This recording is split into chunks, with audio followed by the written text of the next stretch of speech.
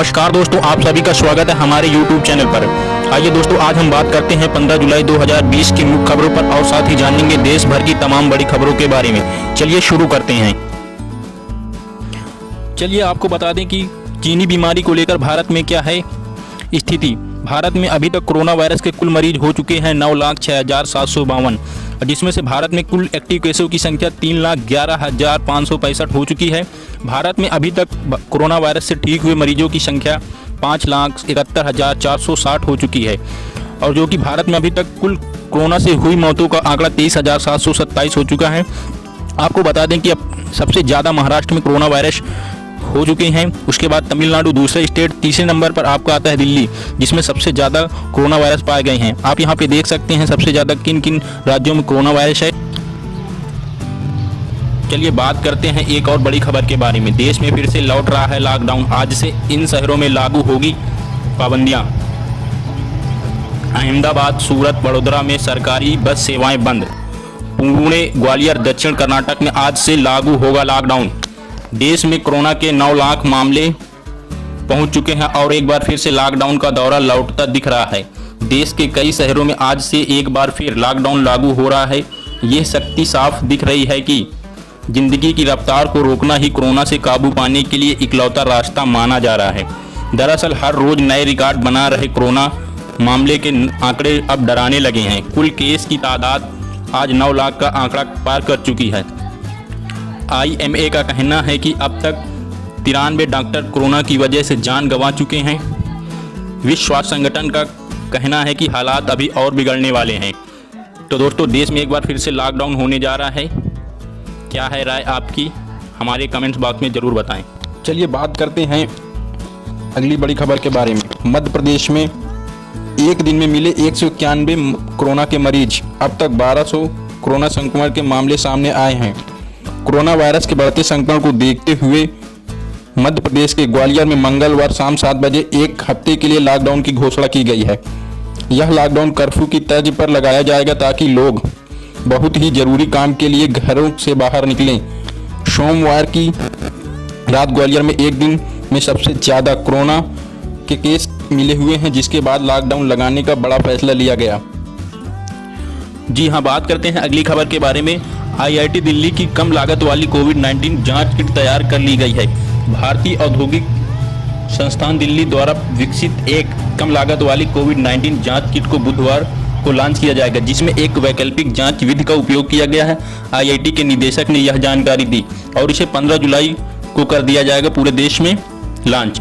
तो आपका क्या है राय, हमारे कमेंट बॉक्स में बताइए कोरोना वायरस की जांच किट को लेकर, जो कि दिल्ली में बनाई गई है। तो चलिए बात करते हैं अगली खबर के बारे में। CBSE के हाई स्कूल का रिजल्ट होगा आज जारी।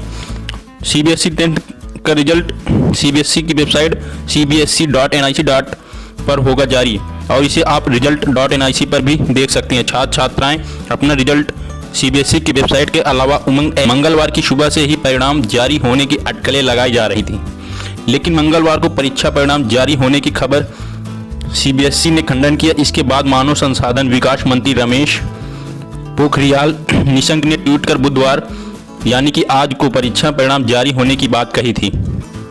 CBSE ने कोरोना वायरस के कारण उत्पन्न परिस्थितियों को देखते हुए इस वर्ष 12वीं की मेरिट सूची जारी नहीं की जाएगी। वहीं बता दें आपको कि 10वीं की मेरिट सूची जारी होगी या नहीं, इसके बारे में CBSE ने कुछ भी नहीं बताया। तो दोस्तों, आप अपना रिजल्ट चेक करिए जाके, CBSE की वेबसाइट पर आज हो जाएगा रिजल्ट जारी। फटाफट से बढ़ते हैं अगली खबर पर। सचिन पायलट अब क्या करेंगे? पद छीने जाने के बाद उनके सामने बचे हुए हैं सिर्फ 5 विकल्प। कांग्रेस में रहकर पार्टी का नेतृत्व पर दबाव बना सकते हैं पायलट के सामने एक विकल्प यह है कि यह फिर से चुनाव लड़े। आपको बता दें कि राजस्थान के सियासी घटनाक्रम में सचिन पायलट का विमान टेक ऑफ हो गया है। उप मुख्यमंत्री पद और कांग्रेस प्रदेश अध्यक्ष पद से हटाए जाने के बाद सचिन पायलट के पास कुल 5 विकल्प हैं। इसमें से जो बेहतर लगे उस पर वह अपने कदम बढ़ा सकते हैं। सचिन पायलट के पास पहला विकल्प यह है कि वह कांग्रेस के अंदर अपने प्रेशर ग्रुप यानी अपनी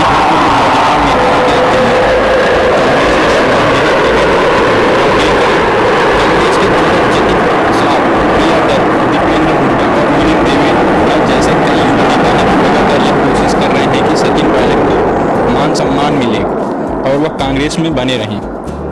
सचिन पायलट के पास अगला दूसरा स्टेप क्या होगा? अगर उनका गहलोत मुक्त कांग्रेस ऑपरेशन असफल हो गया है तो वह कांग्रेस में रहकर घर के अंदर ही दोबारा तब तक कोशिश करते रहें जब तक बगावत करने वाले विधायकों की संख्या 25 के ऊपर ना चली जाए।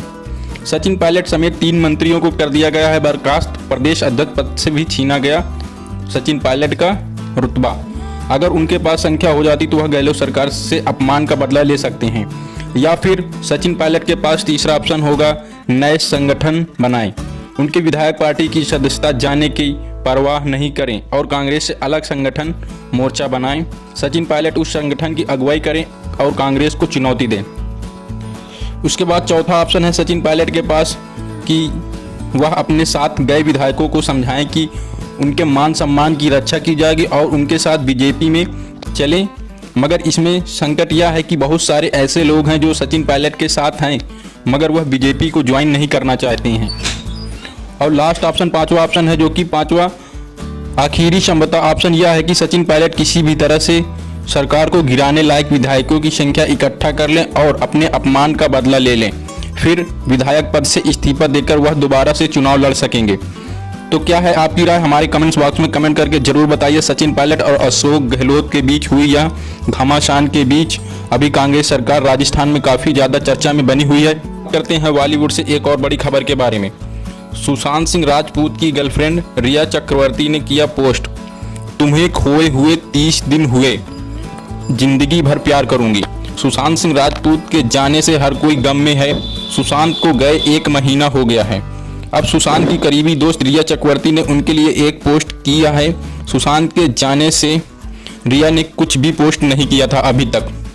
सुशांत सिंह राजपूत के निधन के 1 महीने बाद उनकी करीबी दोस्त रिया चक्रवर्ती ने एक इमोशनल पोस्ट सोशल मीडिया पर किया है। इस पोस्ट में रिया ने अपनी दिल की भावनाओं को शब्दों में बयां करने की कोशिश की है और सुशांत को याद किया है। रिया चक्रवर्ती ने सुशांत के साथ 2 तस्वीरें शेयर की और उन्होंने ये भी कहा कि वे अब तक इस हादसे से संभल नहीं पाई हैं। हालांकि उनके इस पोस्ट के सामने आते ही कई लोगों ने रिया को जमकर ट्रोल भी किया है। चलिए बात करते हैं बॉलीवुड की बड़ी खबर के बारे में। विद्या बालन की न्यूड फोटो फिर से एक बार फिर हो रही है सोशल मीडिया में तेजी से वायरल। विद्या बालन अपने अनोखे कारनामों के लिए जानी जाती हैं और सोशल मीडिया में खूब सुर्खियां बटोरती भी हैं। विद्या बालन अपने अभिनय के दम पर बॉलीवुड में एक मुकाम बना चुकी हैं, लेकिन हाल ही में बॉलीवुड फोटोग्राफर डब्बू रताना ने अपने करियर के 25 साल पूरे होने पर कई स्टार्स की पुरानी तस्वीर शेयर की, जिसमें विद्या बालन की भी एक न्यूड फोटो शेयर की गई है। आपको बता दें कि विद्या बालन ने लॉकडाउन के दौरान कराया था न्यूड फोटो शूट, लेकिन उनकी तस्वीरें अब सामने आई हैं सोशल मीडिया पर। मशहूर फोटोग्राफर डब्बू रत्नानी ने बॉलीवुड में अपने 25 साल पूरे करने पर अपनी खींची हुई फोटो की प्रदर्शनी लगाई हुई है। डब्बू रत्नानी ने विद्या बालन की बहुत सी हॉट तस्वीरें खींची हैं, जिन पर सभी का ध्यान आकर्षित हो रहा है। डब्बू रत्नानी ने ट्वीट कर विद्या बालन की जो तस्वीरें शेयर की हैं उनमें विद्या बालन टॉपलेस नजर आ रही हैं। डब्बू ने 2011 में विद्या की जो तस्वीरें खींची थी वो बेहद ही फेमस हुई थी, इसलिए विद्या बालन और डब्बू रत्नानी ने साल 2011 में मिली सफलता को साल 2015 में एक बार फिर से दोहराया। आपको बता दें कि साल 2015 में डब्बू रत्नानी ने विद्या बालन का एक और फोटो शूट किया, जिसमें विद्या की ज़्यादातर टॉपलेस तस्वीरें थी, जिन्होंने विद्या को एक बार फिर चर्चा के केंद्र में ला दिया। विद्या बालन को बॉलीवुड में अपने अभिनय के लिए जाना जाता है, लेकिन अपनी हॉट तस्वीरों से भी अक्सर लोगों को चौंका देती हैं विद्या बालन। हालांकि विद्या बालन का जन्म केरल के पलक्कड़ में हुआ, लेकिन वह मुंबई में ही पली बड़ी और जवान हुई। डब्बू रत्नानी की खींची हुई फोटो की वजह से विद्या बालन को बेहद ही प्रसिद्धि